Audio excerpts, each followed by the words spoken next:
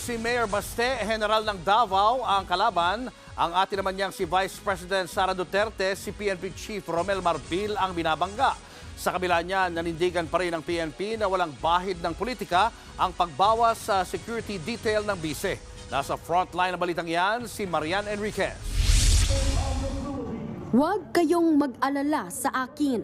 Yan ang mensahe ni Vice President Sara Duterte sa publiko matapos siyang bawasan ng security detail ng PNP.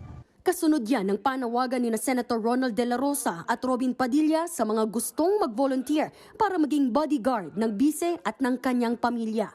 Sa statement ni VP Sara, nagpasalamat siya sa mga senador, sundalo, pulis at ordinaryong mamamayan na nag-volunteer. Pero sinabi rin niyang hindi kailangang mag-ambag ng pera para sa kanyang security. May isang hiling lang daw si VP Sara at yan ay ang kaligtasan ng kanyang pamilya. Nanawagan pa siya sa publiko na huwag payagan ang anumang karahasan sa kanyang ina, asawa at 4 na anak, mapapersonal man o internet. Bukod kay VP Sara, binawasan din daw ang security detail ni Senator Bongo na kilalang kaalyado ng mga Duterte. Ako rin po yung natanggalan ng security na mas nauna pa ako sa kanya. Oo. Opo. Alam nyo, siguro mga 3 weeks ago pa po ito.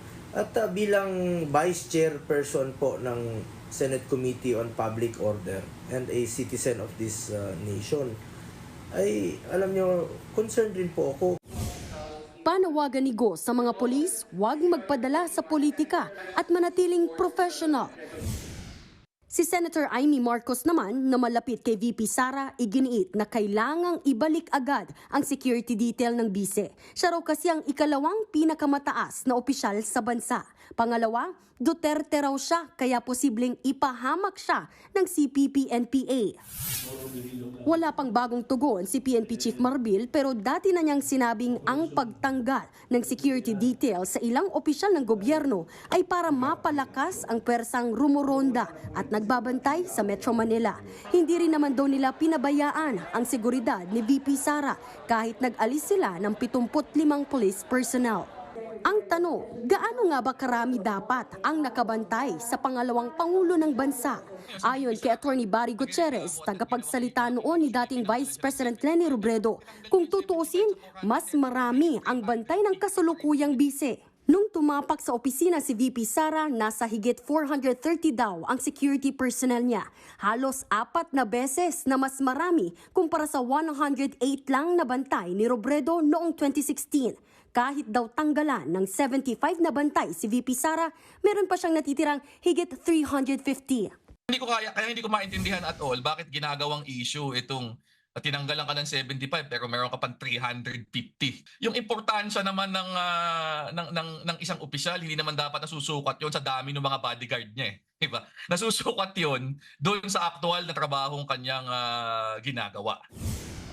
Pero matatandaang noong June 2022, saka palang inactivate ang Vice Presidential Security and Protection Group o VPSPG. Kumbaga, nagkaroon ng hiwalay na unit para sa mga pangalawang pangulo. Sa isang pahayag ni VP Sara noong June 25, 2022, sinabi niyang makatutulong ang VPSPG sakaling sa mga susunod na eleksyon ay hindi maging maganda ang relasyon ng presidente at vice-presidente. Pero ngayong taon lang, ginawang Presidential Security Command ang dating Presidential Security Group at subunit na raw nila ang Vice Presidential Security and Protection Group o VPSPG. Nananatili rin daw silang professional at nakahandang protektahan ang pangalawang Pangulo ng Pilipinas. Maging ang PNP, nanindigang walang bahid ng politika ang pagbabawas ng security detail. Sabi nga ko nga po, ang mismong ating Chief PNP ang nakiusap na nahayaan na lang po nating magtrabaho yung ating mga pulis at please spare the PNP organization po from these political issues and noise. Nagbabalita mula sa Frontline, Marian Enriquez, News 5. Mga kapatid, Julius Babaw po. Iba na ang may alam at may pakialam sa panahon ngayon. Para sa frontline ng mga balita, mag-follow at mag-subscribe sa social media pages ng News 5.